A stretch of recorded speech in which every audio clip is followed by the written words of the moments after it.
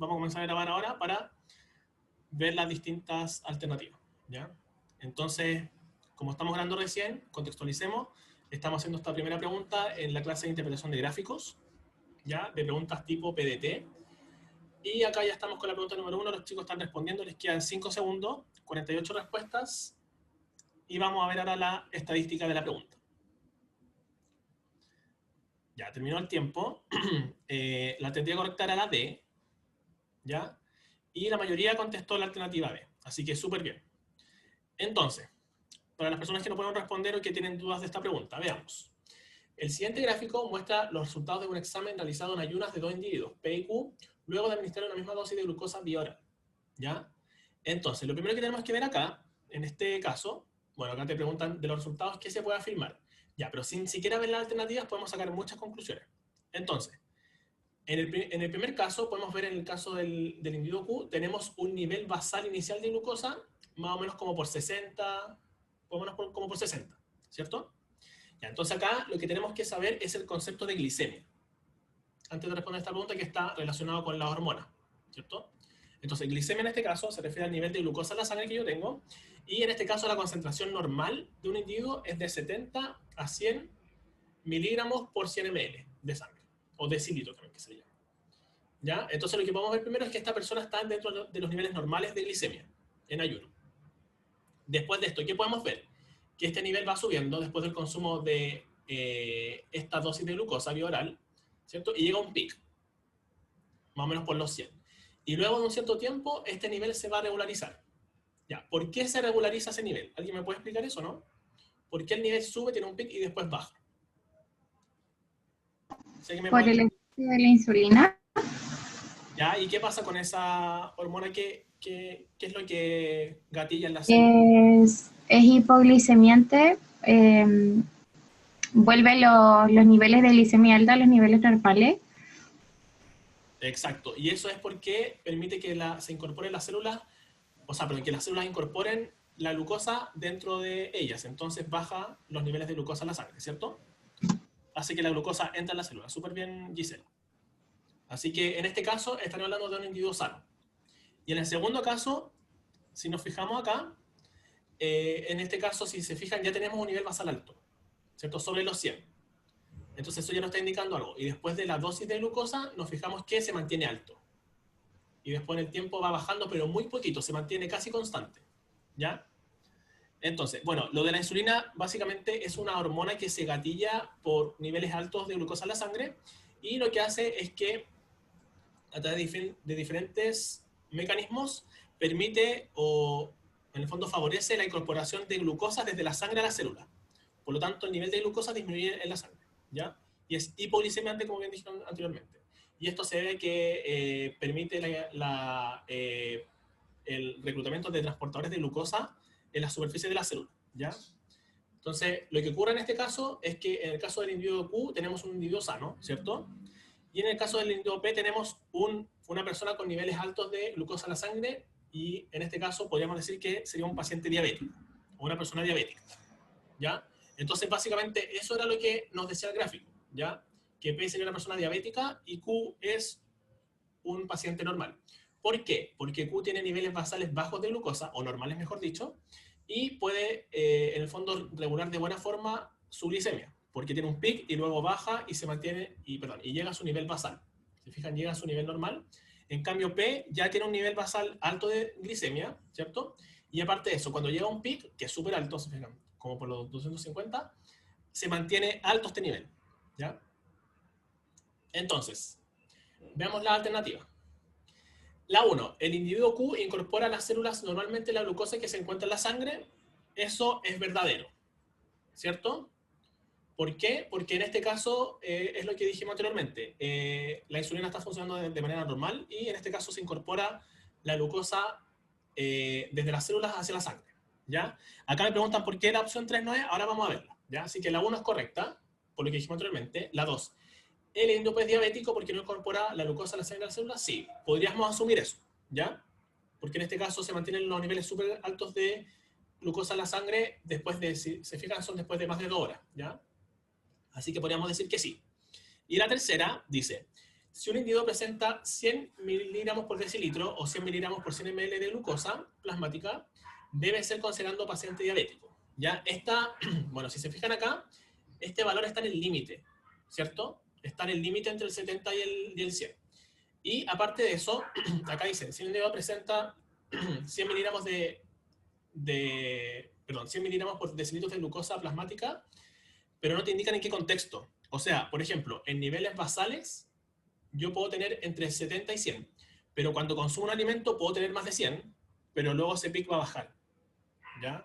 Entonces, en este caso, como que es demasiado general lo que nos están diciendo. Nos están diciendo solamente que en cualquier momento, si es que alguien presenta 100 miligramos por decilitro de glucosa plasmática, va a ser diabético. Y eso es incorrecto, porque, por ejemplo, en este caso, la persona normal, cuando consumió glucosa, tuvo un nivel un poquito mayor que 100, si se fijan acá, pero no es diabético, solamente que tuvo un pic de glucosa que después bajó.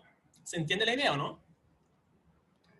Es muy general la tercera. No te están diciendo en qué momento tengo esos 100 miligramos por decilitro, ¿ya? Y aparte, igual eso está como en el límite, así que por esas dos razones sería incorrecta. ¿Ya? Por lo tanto, sería la 1 y la 2, la D. Así que, súper bien. La mayoría de la gente respondió bien, así que pasamos a la siguiente, ¿o tienen alguna duda respecto a esto? Profe, ¿le puedo ¿Sí? hacer una consulta? Obvio. El punto 2, lo que me hizo dudar, porque dice que no incorpora la glucosa de la sangre a la célula. Y la glucosa igual bajó, Sí, mira, pero bajó muy lento. yo Entonces eso igual me hizo dudar. yo igual tenía esa duda, pero en términos generales, claro, como que igual está un poquito como que es más o menos todo o nada, ¿cierto? Sí. Como que por ese lado yo igual dudé un poquito, pero vi la alternativa según el DEMRE, esto era correcto, ¿ya? Yo igual ahí tuve como la pequeña duda, pero si te fijas, igual se mantiene súper alto, entonces, sí, como que en realidad la 2 está como un poco ambigua. Así que igual por ese lado, si respondiste la 1 por eso, en un contexto como normal de prueba, yo lo pondría bueno, ¿ya? Pero en concepto como de PDT, no sé cómo lo consideren, pero en este caso, claro, como que se asumió que no incorporaba, pero sí, es como un poco, te encuentro la razón en ese sentido, ¿ya? Pero yo me estoy yendo ahora por la pauta, ¿ya? Pero Sí, es una buena acotación, ¿ya? Así que, gracias, profe. de nada, súper Se pasó. buen comentario. Yo igual tenía esa duda cuando hice el ensayo, así que bacán, ¿ya? En este caso sería la 1 y la 2 en cuanto a la pauta que aparecía ahí en el ensayo, ¿ya?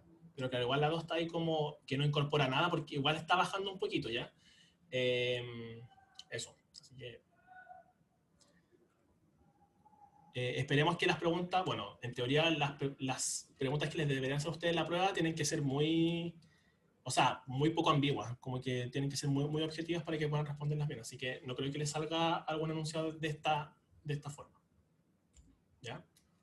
Así que vamos con la siguiente. La 2. Voy ahora a seguir con la siguiente actividad.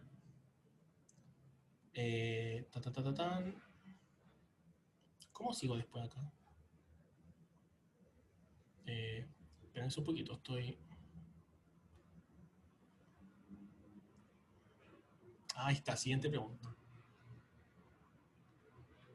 Ya, estamos con la pregunta 2. En ClassLive. Ya, para las personas que se están incorporando, recuerden activar su código QR, que está acá. Ya estamos en la pregunta número 2.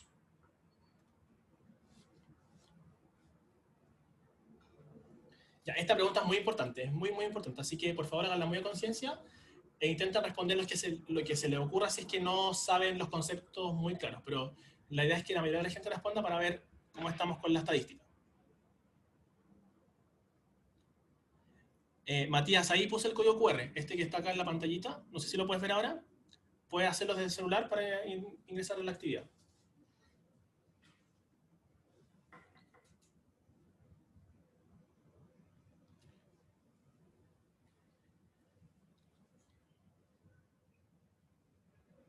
Así que eso...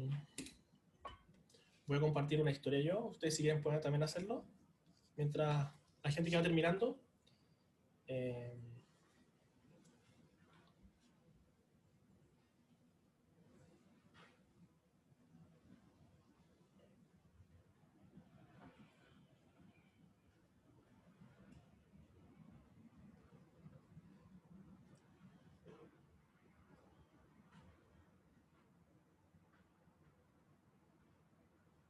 ¿Cómo van con esta pregunta? ¿Cómo la encuentran? ¿Difícil, fácil, media?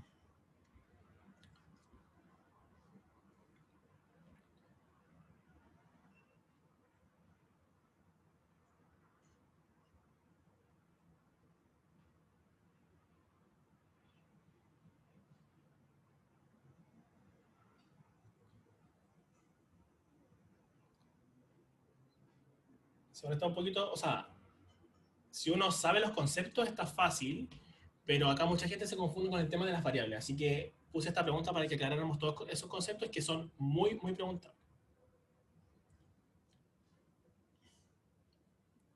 Y acá vamos a como desmenuzar toda la pregunta. Entonces acá estoy compartiendo la historia. Esto era de...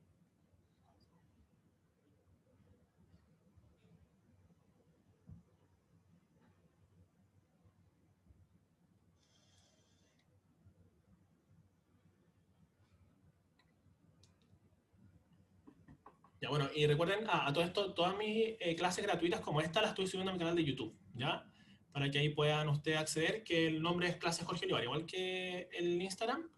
Y ahí están todos los videos de las instancias anteriores. Ya van 4 con esta, van 4 clases gratuitas más un maratón, me parece. Bueno, no, más 2 maratones. Ya hemos hecho 2 maratones dentro de este año con los chicos. Y se viene uno nuevo, así que ojo con eso. Se viene un maratón, pero va a ser un poco distinto. Va a ser más de esta onda como de... Va a ser como un tipo simulacro de PDT. ¿Ya? Así que Profe, ya y estamos... las maratones, ay, perdón. ¿Cómo? Perdón, ¿las maratones anteriores han sido como de lo mismo o ahonda en temas específicos de la prueba? En temas distintos. En el caso, lo que pasa es que nosotros generalmente antes de las actividades les preguntamos a los chicos qué es lo que quieren ver. Entonces, por ejemplo, en un caso fue de química orgánica, después fue de estiquiometría, entonces son como temas, ¿ya? Así que ahí puedes ver los videos, pero generalmente hay como de cosas que son de común para que les sirva a todas las personas. ¿Ya? Pero todo está ahí en YouTube. Así que gracias por el interés. Ya, acá respondió... de hecho, vamos a ver la estadística acá, para que la puedan ver ustedes. Si se fijan acá, 34 personas respondieron la correcta, la opción B, que es la independiente, pero varias gente igual respondió la C, ¿ya? Así que vamos ahí a ver por qué era una y no era la otra, ¿ya? Yo siempre en estos casos lo que hago es que me imagino cómo sería el experimento, y de esa forma se saca súper fácil la pregunta, y también viendo el gráfico, obviamente. Entonces, si se fijan acá, dice, 2 plantas de la misma especie se sometieron a las siguientes condiciones experimentales. Entonces, planta 1, alta intensidad luminosa y diferentes temperaturas. ¿Ya? Planta 2, baja intensidad luminosa y diferentes temperaturas. En el siguiente gráfico se muestra el resultado obtenido. ¿Ya? Entonces, acá lo que se midió, si se fijan, o sea, lo que tenemos como resultados es la tasa relativa de fotosíntesis versus la temperatura. ¿Ya? Y acá tenemos en baja intensidad luminosa y alta intensidad luminosa. Entonces mi pregunta es, ¿cómo ustedes harían este experimento? O sea, está ahí como planteado, pero ¿cómo lo harían ustedes o cómo harían un dibujito de cómo sería esto? Entonces voy a dibujar la planta 1 y la planta 2 para que ustedes me digan cómo lo harían. Tengo acá la planta 1 y la planta 2. Sí, o sea, está bien eso de la variable X y la Y, pero igual estoy viendo como el tema más experimental, ¿ya? Después vamos a ver el tema de los gráficos, pero está bien.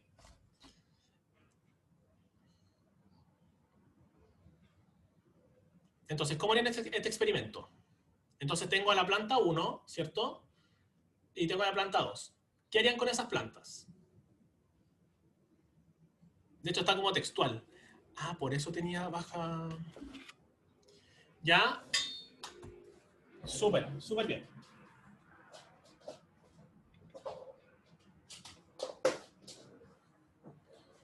Ya, excelente.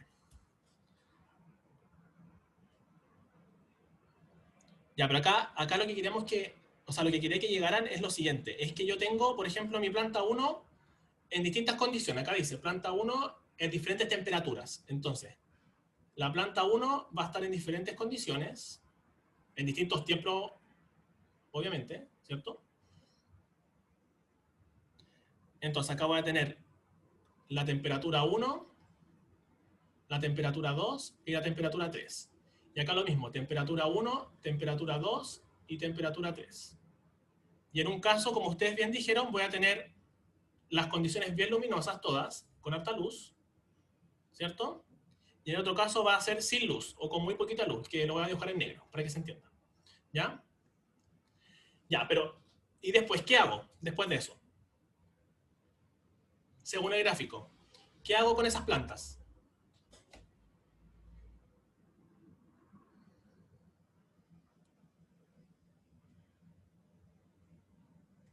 Y acá viene como lo importante. ¿Qué hago con esas plantas?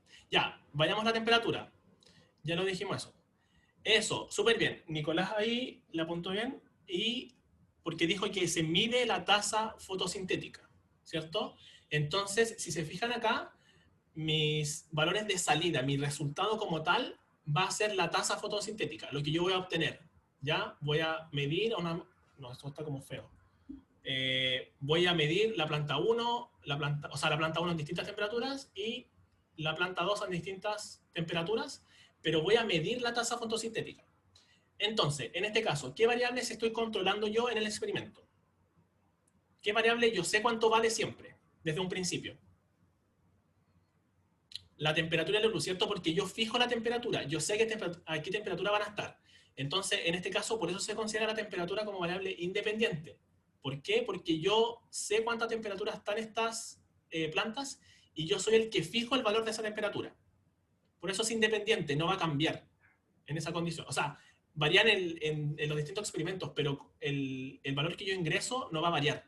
¿Ya? Si está a 25 grados, se va a mantener a 25 grados en ese proceso. ¿Ya? ¿Se entiende, no? Es como lo que yo estoy controlando en el laboratorio para después obtener otro resultado. ¿Ya? Y también en el caso de la luz, también está controlado en este caso. Ahora, ¿qué pasa en la situación de la tasa relativa de fotosíntesis? Es mi valor de salida, ese yo no lo controlo. Y en este caso va a depender de la temperatura a la que yo esté y también de la luz. Y por eso se considera como la variable dependiente. ¿Ya? Entonces, una forma de verlo así, y la forma más cortita y más fácil, es verla por el tema de los ejes. Siempre en el eje X va a estar la variable independiente y en el eje Y va a estar la variable dependiente. ¿Ya? Pero lo importante es que entiendan el concepto científico, y que en este caso yo estoy sometiendo a la planta a distintas temperaturas que yo sé cuáles son, ¿cierto? Y voy a obtener una tasa relativa de la fotosíntesis que va a variar dependiendo de la temperatura a la que yo someta a estas plantas. ¿Se entendió la idea o no? ¿O alguien tiene dudas?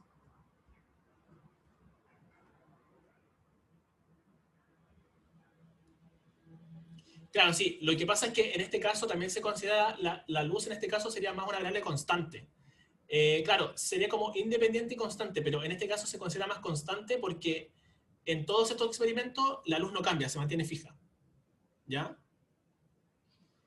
Porque en el fondo la luz es como mi, ¿cómo decirlo así? Como mi contexto dentro de cada experimento, ¿ya? Entonces no tengo luz 1, luz 2, luz 3, luz 4, sino que en cada rango de temperatura la luz se mantiene constante. Entonces sería una variable constante. Es bien difícil este ejercicio igual. O sea, es fácil verlo desde la Y y la X, pero igual me gusta explicarle a ustedes cómo sería el experimento para que de esa forma entiendan bien. Entonces, siempre todas las cosas que yo controlo, que yo voy anotando y que sé cuánto valen desde un principio, son las variables independientes, como por ejemplo el tiempo. ¿Ya? Y en el caso de la variable dependiente es lo que yo voy a medir como resultado, como el resultado que yo obtengo después de cada experimento, que en este caso sería la tasa relativa de fotosíntesis y es dependiente porque depende de las variables que yo fijé, en este caso de la temperatura y la luz. ¿Ya? Variable mental es como un concepto, o sea, es como, en realidad no sé a lo que se refiere, pero claramente esto iba a tipo de variable independiente o dependiente, ¿ya? Así que, o constante. Pero ambiental, en realidad, o sea, no sé a qué se refiere como tal. Es como un distractor, según yo. ¿No? ¿Ya? ¿Se entendió alguna pregunta respecto a esto? Es súper importante que lo hayan entendido. O sea, es dependiente, independiente y constante. Sí, mira, yo en realidad siempre veo las variables como independientes o dependientes, ¿ya? Eso es lo que se ve como generalmente, pero también la intensidad luminosa se puede considerar constante porque está en estos dos rangos de temperatura que les mencioné. La ambiental, es que la ambiental en realidad no sé a lo que se refiere. No. Y la indefinida, en realidad como que en todas las partes que yo he visto este tipo de preguntas, siempre van a independiente o dependiente. Así que las otras, según yo, son como distractores. Indefinida, lo voy a averiguar bien ya. Yo creo que están para confundir. Como, obviamente esto iba a la B o a la C. ¿Ya? O quizá a la A, pero más que nada a la B o a la C. Son como conceptos que... Igual lo voy a averiguar bien, ¿ya? No profundicé tanto en esas porque en realidad yo las consideré como distractores. ¿Ya? Pero voy a averiguar más si es que están consideradas como eso y se los subo al Classroom después. Así que gracias por preguntar. Muy buena pregunta. Ahora la siguiente, pueden verla por mientras, ¿ya? Y voy a compartirles voy a continuar con clase. Ya, entonces ahora pueden ver la pregunta número 3. Tenemos 53 personas conectadas, así que estamos súper bien con el tema del número. Voy a compartirles el código QR por si alguien llegó.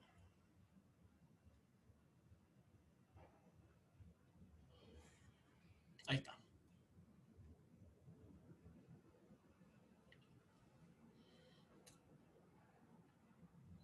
Muy buenas preguntas han hecho hasta ahora, súper bien. Me encanta que hagan preguntas de ese tipo. De hecho, mientras ustedes hacen esto, voy a buscar lo que me preguntaron recién.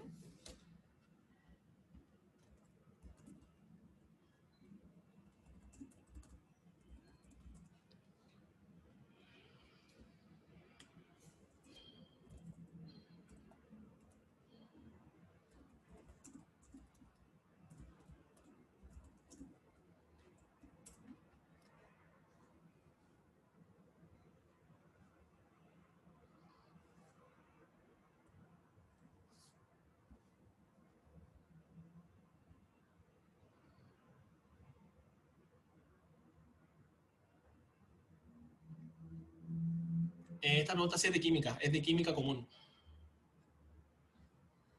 Es de estequiometría, porque es dentro de la materia de disoluciones. Ya, la gente que puede nomás se mete a clase, y si no puede no importa. Pero la idea es que las personas que puedan lo hagan, ¿ya? Entonces la pregunta número 3 es esta de solubilidad, ¿ya? Que entra dentro de los contenidos de estequiometría.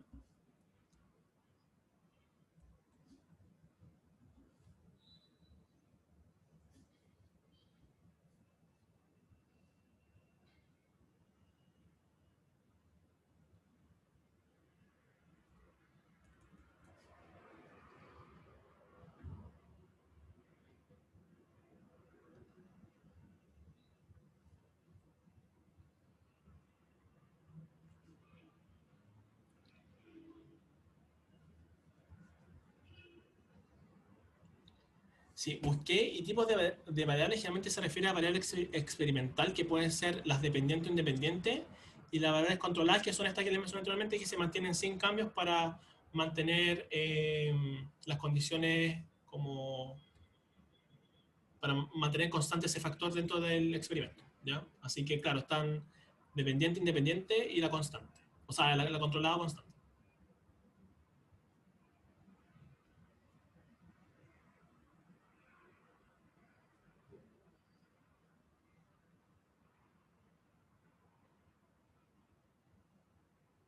Ya, súper. Creo que ya terminamos. Sí, terminamos ya con el tiempo. Vamos a ver la alternativa correcta, la B. Ya, súper. Varias gente respondió la correcta, la D, pero si sumamos la A, la B, la C y la E, igual hay hartas personas que respondieron incorrectamente esta pregunta. Ya así que vamos a verificar por qué. De hecho, están como casi a la mitad. Como casi 50 y 50 las correctas y las incorrectas. Así que vamos a ver por qué. Entonces, acá lo importante, el concepto más importante en este caso es la solubilidad. ¿Ya? Entonces, la solubilidad es la cantidad de sustancia que yo puedo, como el nombre dice, solubilizar, que esté en solución, de una cierta cantidad de soluto en un cierto solvente específico. ¿Ya? Y eso es específico para una solución con un soluto y un solvente determinado, ¿ya? Entonces, en este caso, me están diciendo lo siguiente. Al enfriar un litro de solución saturada, ¿ya? Y acá viene el concepto de saturación, que es muy importante. Entonces, la saturación, ¿cuándo ocurre? La saturación se genera cuando la concentración que yo tengo en mi medio es igual a la solubilidad. Entonces, saturación se genera cuando la concentración es igual a la solubilidad. ¿Por qué? Porque la solubilidad es la cantidad máxima que yo puedo tener de soluto en mi solvente, ¿ya? Entonces, va muy de la mano. Entonces, saturación se genera cuando la concentración es igual a la solubilidad. Entonces, veamos. Aquí me están preguntando, al enfriar un litro de solución saturada desde los 50 hasta los 25 grados Celsius, ¿qué cantidad de sustancia precipita? Entonces, partamos con los 50 grados. 50 grados está acá, ¿cierto? Y acá tengo mi solubilidad, que serían 80. ¿Eso qué quiere decir? Que tengo 80 gramos de soluto disuelto en un litro, o sea, en 1000 ml. Ahora, ¿cuál es mi volumen de mi solución? Es 1 litro. Así que tengo los 80 gramos disueltos. ¿Ya? Ahora, ¿qué va a pasar cuando yo baje la temperatura? Cuando yo baje la temperatura, ¿ya? En este caso voy a pasar desde los 50 grados hasta los 25 grados. ¿Qué va a pasar? Entonces acá voy a bajar temperatura. Disminuye la solubilidad. ¿Eso qué quiere decir? Que partículas que estaban previamente solubles ahora no van a poder estar solubilizadas y por lo tanto van a precipitar. ¿Y a qué se refiere la precipitación? Es como cuando, por ejemplo, ustedes intentan disolver azúcar en agua fría. No sé si lo han hecho alguna vez, pero como que les quedan conchos, así como cristales de azúcar en el fondo, es exactamente lo mismo, ¿ya? Que en este caso tenemos una fase líquida y una fase sólida. La fase líquida vendría siendo la solución y la fase sólida es el soluto que no se pudo solubilizar o no se pudo disolver, ¿ya? Entonces, en este caso, si nos bajamos ahora a los 25 grados Celsius, ¿qué tenemos de solubilidad nueva? Tenemos acá que está entre 40 y 20, justo al medio, entonces son 30. Entonces, en esta condición, en la 2, tenemos 30 gramos solubles en 1000 ml de solución.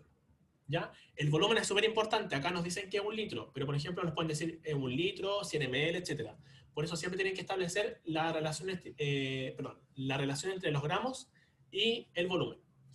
Entonces en este caso yo pasé de 80 a 30 gramos. ¿Ya? ¿Qué es lo que va a estar soluble? Entonces, ¿qué cosa va a precipitar? La diferencia de esto, lo que me sobra. Entonces serían 80 menos 30, 50 gramos. ¿Se entendió, no? La gente que no respondió, ¿la entendió ahora, no? Entonces acá estamos viendo el efecto de la temperatura en la solubilidad. La solubilidad va a disminuir y por lo tanto el agua no va a poder solvatar al solvente que esté ahí y eso va a hacer que precipite, ¿ya? Que pase a una fase sólida. Así que súper, súper bien. Hoy estoy súper feliz porque estamos como en número muy constante de gente, así que bacán, que generalmente a veces como que se van a la mitad algunos, pero ahora estamos súper, súper bien, así que bacán. Ahora vean esta pregunta y vamos a pasar a la siguiente pregunta. Ahí está. Ya, esta es la pregunta número 4, para que la respondan. Tienen 3 minutitos, ¿ya? Y recuerden a la gente que aún no lo ha hecho, si es que igual me sirve harto a mí cuando ustedes comparten en las historias, porque así más gente ve estas clases y les puede servir, así que siempre se agradece eso, ¿ya?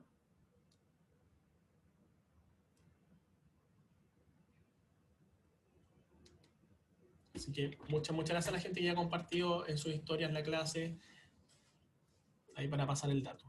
Y recuerden que vamos a tener una maratón nueva, o sea, en realidad no va a ser una maratón, va a ser como un concepto distinto, así que ahí vamos a ver cómo el nombre que le vamos a dejar, pero va a ser algo así como un intensivo, no, un intensivo tampoco, eso no, va a ser como un, ¿cómo llamarlo? Un simulacro, algo así como una simulación de PDT, para que estén ahí. Y la idea es que va a ser con este mismo sistema de Classline, que es súper bueno, en donde ustedes van a tener el tiempo, un tiempo para cada pregunta. O sea que van a tener que responder bien y además encima van a tener que responder en el tiempo que les corresponde. Así que de verdad que se los voy a recomendar mucho porque les va a servir harto para practicar bajo presión, que es súper importante también.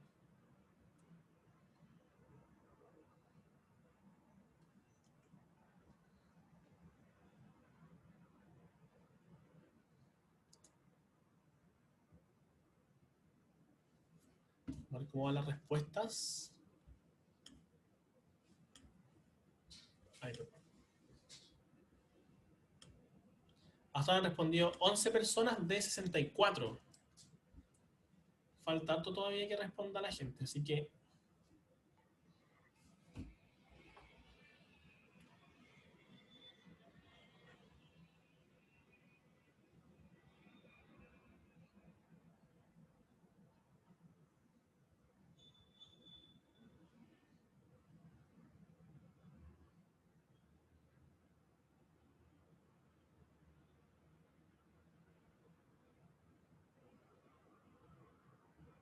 Quedan 40 segundos.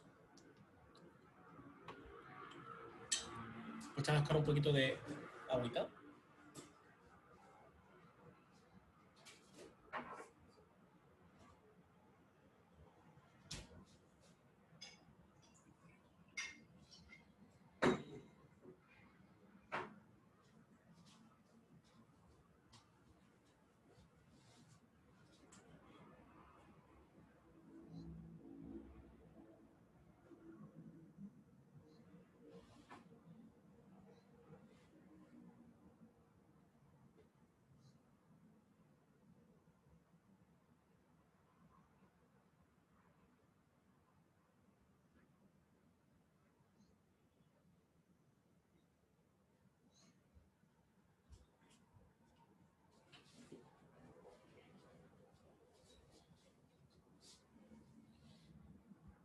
Ya, entonces pasó el tiempo. Vamos a ver la alternativa correcta.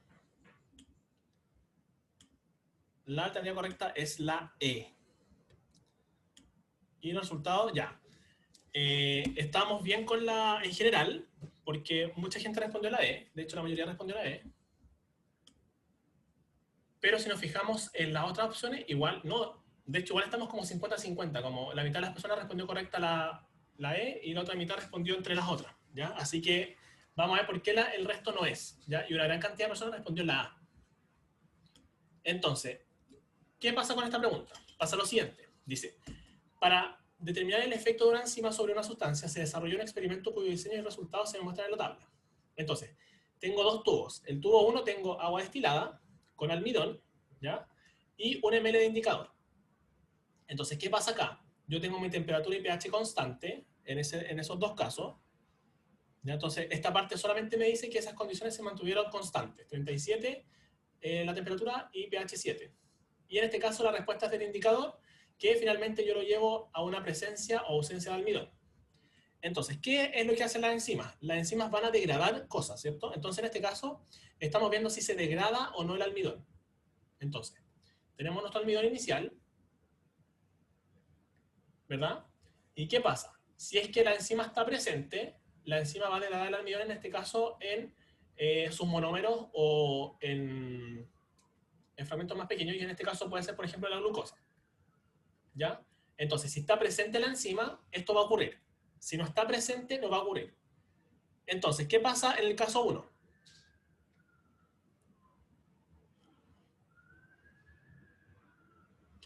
Entonces, ¿qué pasa en el caso 1? En el caso 1, si nos fijamos en el tubito, dice que no hay cambio de color, ¿ya? Del indicador.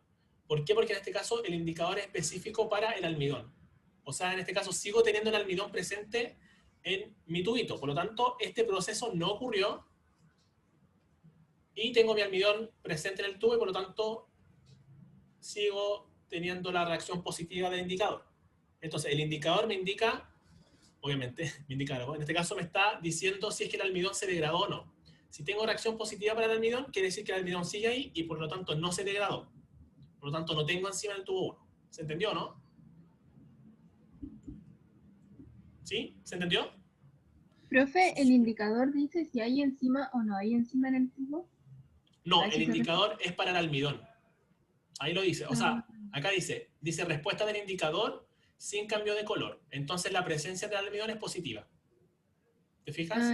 Que finalmente la enzima me está viendo si yo tengo el sustrato o no. No es para la enzima en sí. ¿Ya? Así que, muy buena pregunta. Ya, en este caso, acá me pidieron repetir la explicación de la A. En este caso lo que ocurre es que no tenemos una reacción positiva. ¿Por qué? porque en este caso el almidón que yo agregué inicialmente sigue estando en mi muestra. Por lo tanto, este proceso de degradación de almidón no ocurrió. ¿Ya? Dice, respuesta al indicador sin cambio de color. Si el indicador no es, o sea, si no cambia de color el indicador, quiere decir que el almidón sigue estando presente en mi muestra y por lo tanto no se degradó. ¿Ya? Entonces la 1, la enzima no se o sea, no hay, en este caso no hay reacción positiva de la enzima. No hay enzima en realidad en este caso. ¿Ya? Y en el caso de la 2 es lo contrario. Si se fijan acá, yo agrego glándulas salivales, ¿ya? Que en este caso son las que van a contener la enzima, ¿ya? Más 5 ml de suspensión de almidón y 1 ml de indicador. Entonces, en este caso, si se fijan, el indicador cambió de color y esto quiere decir que la presencia de almidón es negativa. O sea, mi almidón pasó de almidón a glucosa. Por lo tanto, sí tengo la enzima, porque el almidón desapareció en el tiempo. ¿Ya? ¿Se entiende? No siempre una respuesta positiva del indicador quiere decir que la reacción ocurrió o no. ¿Ya? Depende para lo que sea el indicador específico. Entonces, damos la alternativa.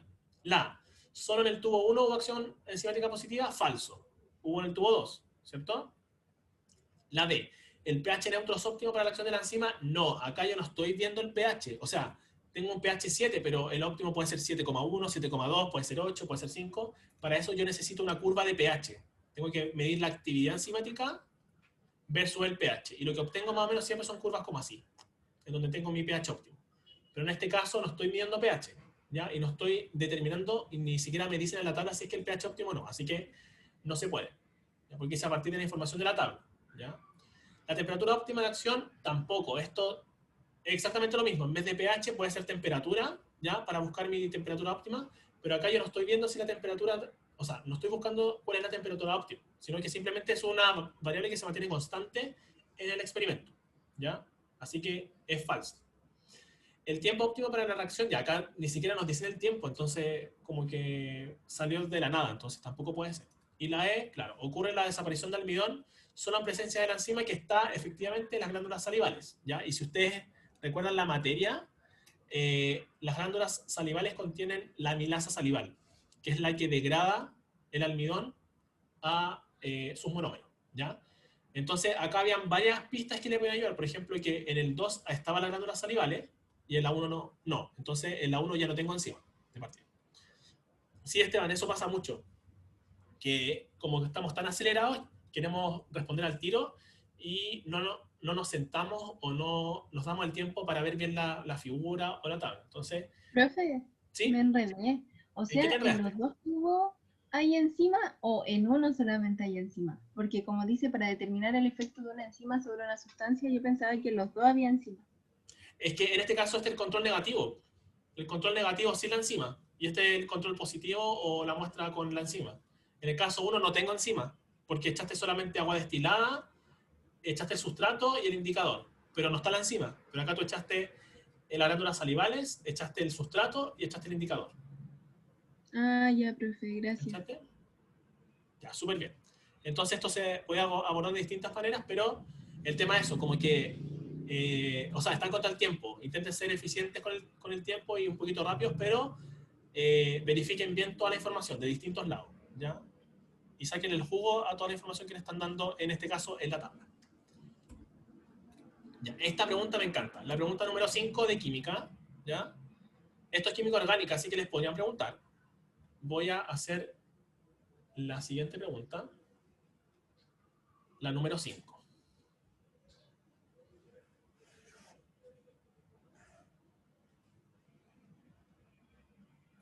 Ya sé por qué se me veía lento la cámara, era porque tenía el computador sin batería. Ahora le puse la batería. Ya estoy iniciando. Entonces ahí analizan esta figura y después del tiempo me preguntan. O sea, lo analizamos. O sea, es que dice módulo electivo, pero en realidad la materia es orgánica, entonces igual les pueden preguntar algo relacionado con esto. No porque sea módulo electivo va a ser materia que no les puede entrar en común. A eso me refiero. ¿Se entiende o no? Porque esto es química orgánica, así que les pueden preguntar algo similar. Estamos viendo ácido carboxílico. Ya. Hay gente que está disminuyendo la cantidad de gente en ClassLine, no sé por qué.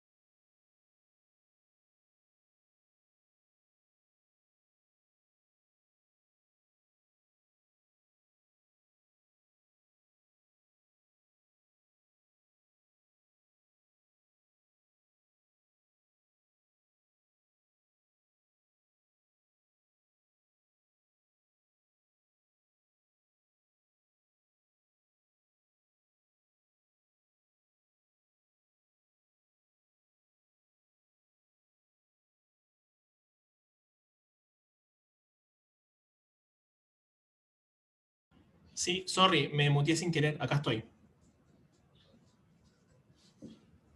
¿Ustedes me escuchan? Me estaban preguntando algo, ¿no? Sorry que no escuché nada. Sí, profe, se escucha. Ah, ahora sí. Pregúntame. Ah, se escucha. No, profe, yo no tenía, no tenía Ah, ninguna duda. ya. Nadie Mira, lo que pasa es preguntó. que me paré un segundo porque mi perro se hizo pipí. Entonces tuve que limpiar. Que tengo un cachorro ahora acá. Se los voy a mostrar para que lo vean. Tommy. Es un bebé. Tommy, ven.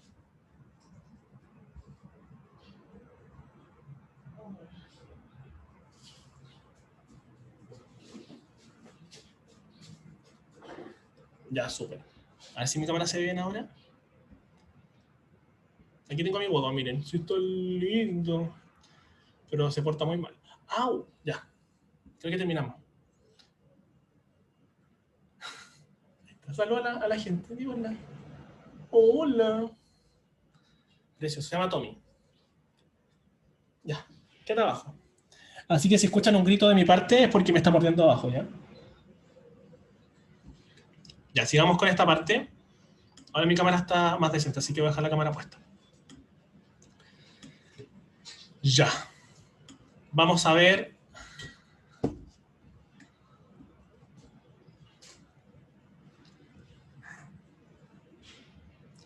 Ah, súper. Estamos súper bien, creo, ¿no? Sí.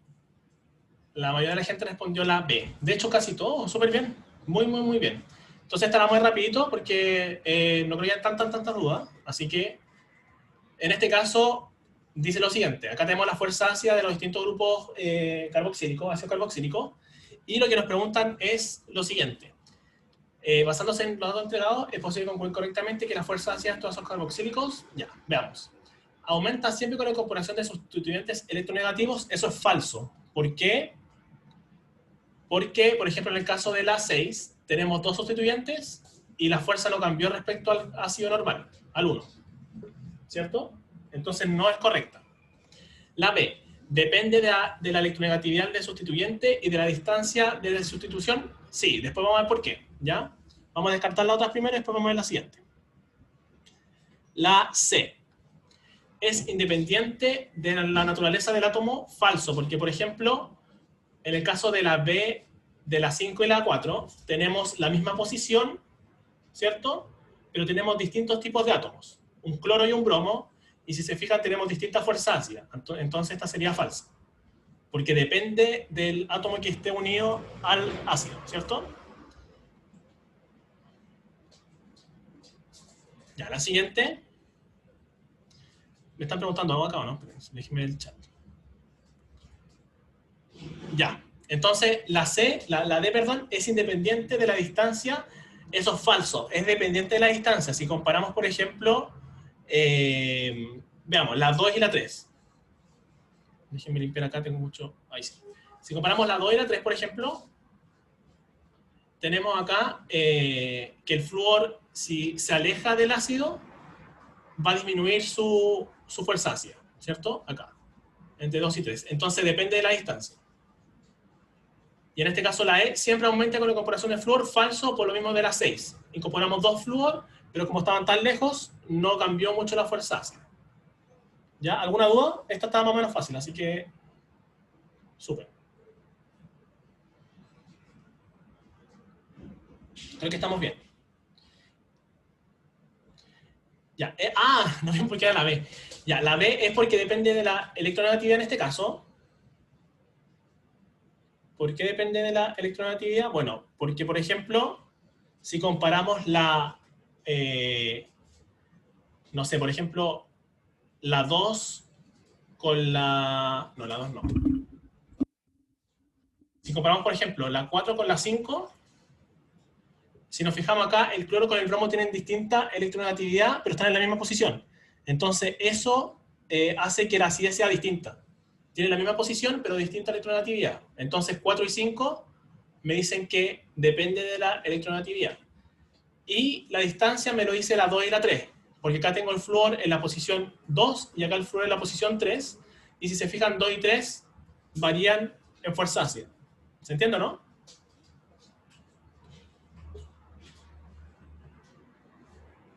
Ya, súper bien. Excelente. Entonces ahora veamos la última pregunta. Para terminar hoy día, habían 6, bueno, habían 7, pero alcanzamos a ver hasta las 6, para que la hagan ustedes.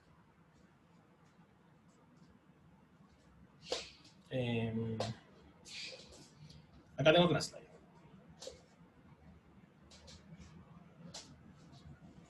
Ya, súper.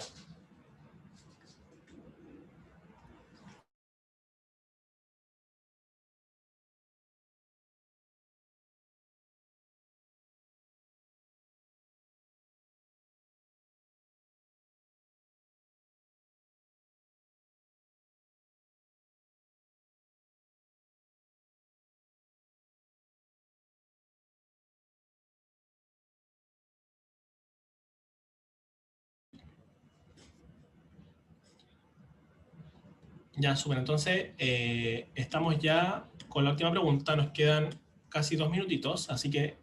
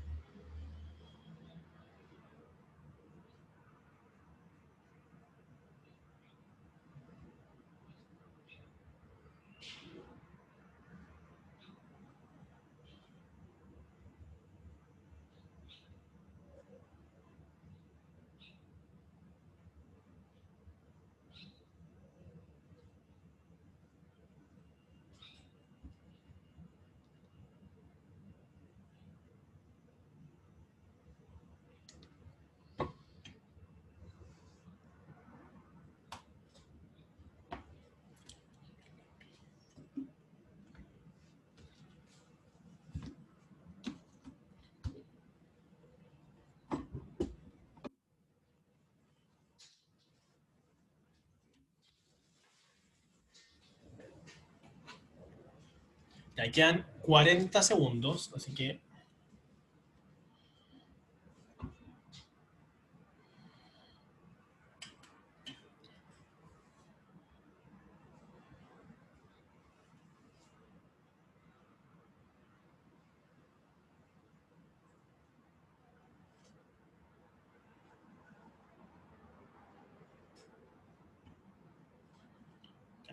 Si ven teniendo las respuestas para...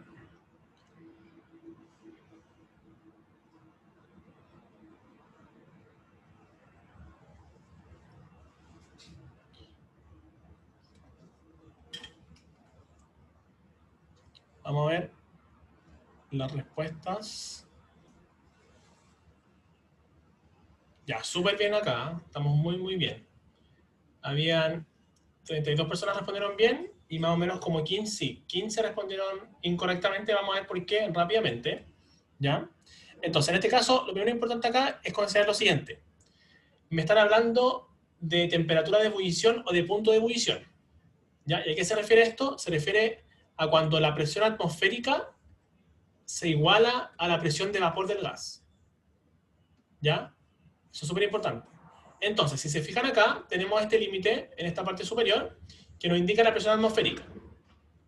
Entonces, como estamos viendo la presión de vapor en el eje Y, cuando lleguemos a esos puntos vamos a tener ahí las temperaturas de ebullición. Eso es lo primero importante. ¿Se entiende, no? Entonces, desde el gráfico, ustedes pueden sacar perfectamente cuál va a ser la temperatura de ebullición de cada solución y de cada solvente, porque le están diciendo acá efectivamente cuál es la presión atmosférica. Y cuando se iguala la presión de vapor a la presión atmosférica, tenemos la temperatura de ebullición. ¿Ya? Entonces, en este caso, tenemos que ir viendo parte por parte. Entonces, primero, veamos las soluciones. En este caso, las soluciones van a ser P y Q, ¿ya? Entonces, P va a estar acá y Q va a estar acá. Y vamos a marcar en verde las soluciones. ¿Ya? Soluciones. Y vamos a marcar ahora en azul los solventes, W y Z. Y estos son los solventes. Y si se fijan acá, me están indicando que el par solución y solvente son P y W y Z y Q, respectivamente. Entonces, si nos fijamos acá, en la temperatura de ebullición de ambas soluciones es mayor que la de sus solventes puros. Eso es correcto, porque si se fijan, en ambos casos los puntitos verdes, que son las soluciones, están desplazados más hacia la derecha. Están en estos puntos. Y eso quiere decir que la temperatura de ebullición va a ser mayor en la solución, que es una propiedad coligativa y esa es la materia que entra en esta parte. ¿Ya? Entonces ya con eso tenemos la respuesta, pero vamos a ver por qué no son las otras. La B dice, a presión atmosférica, ambas soluciones logran su temperatura de ebullición sobre los 90 grados. Eso es falso, porque por ejemplo, si nos fijamos en la solución W, la temperatura de ebullición es como por 60, y no es sobre 90, así que es falsa. La C, la solución P tiene una temperatura de ebullición sobre los 80. Vamos a P, bajamos acá y está bajo los 80, así que es incorrecta. La D, el mayor cambio de la temperatura de ebullición se produjo al adicionar al soluto X al solvente puro Z. Y si se fijan, el cambio entre Z y Q es menor, tiene una menor distancia, un menor delta de temperatura que W y P. Si se fijan por la distancia entre Z y Q versus W y P. Entonces es al revés. ¿Ya? Y la E, a presión atmosférica, la solución Q tiene una temperatura de ebullición mayor a 100 grados. Y si nos vamos a Q, está como casi al límite de los 100, como casi justito en los 100. Así que sería incorrecto. Por lo tanto, está de hecho un poquito menos. Por lo tanto, en este caso sería la A. ¿Ya? ¿Tienen alguna pregunta no respecto a esto?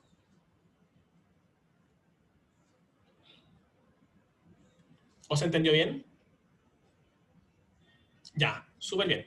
Entonces, les voy a dejar como desafío una última pregunta, ¿ya? No la vamos a revisar por temas de tiempo, pero vamos a hacerla. Como tenemos más tiempo. Y de hecho, esta respuesta está en mi Instagram.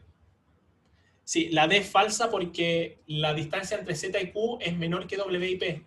Entonces, el cambio de temperatura mayor que se produjo fue entre W y P. ¿Ya? El mayor cambio de temperatura fue entre W y P, no entre Z y Q, por la distancia.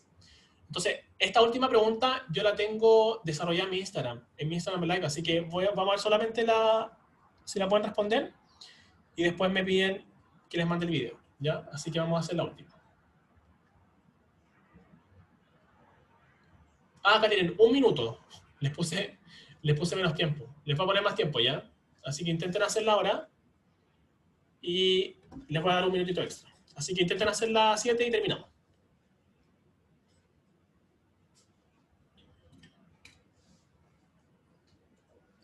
Ya, lo que les quería comentar por mientras es que mañana voy a subir una publicación, o quizá hoy día en la noche, que voy a estar vendiendo unos videos que tengo, ¿ya? Tengo como un pack con todos los videos de estiquiometría, soluciones y 3 videos de química orgánica donde vemos toda la materia. Y eso lo voy a vender todo por 8.000 pesos, ¿ya? Son 5 videos por 8.000 pesos. Si alguien ya adquirió videos anteriores, pueden pagar la diferencia y les paso todo el pack, ¿ya? Así que están súper buenos, son como de 1 hora cada uno y está súper bien condensada la materia. Y aparte hacemos ejercicios tipo PDT. La pregunta esta es de biología. Es de diseño experimental y de interpretación de gráficos, ¿ya? Así que si les interesa lo de los videos, me avisan. Igual voy a estar publicando ahí y está toda la materia muy condensadita. Así que eso. Son 5 videos. Así que vamos con... Han respondido solamente 4 personas. Esto está muy relacionado con lo que hablamos en el tema de los diseños, de cómo hago el experimento y cuál es lo que yo voy midiendo en el tiempo, o sea, cuál es el resultado que yo obtengo, para ver qué depende, cuál es la variable independiente y la variable dependiente. También lo pueden hacer con el tema de los ejes. ¿Ya?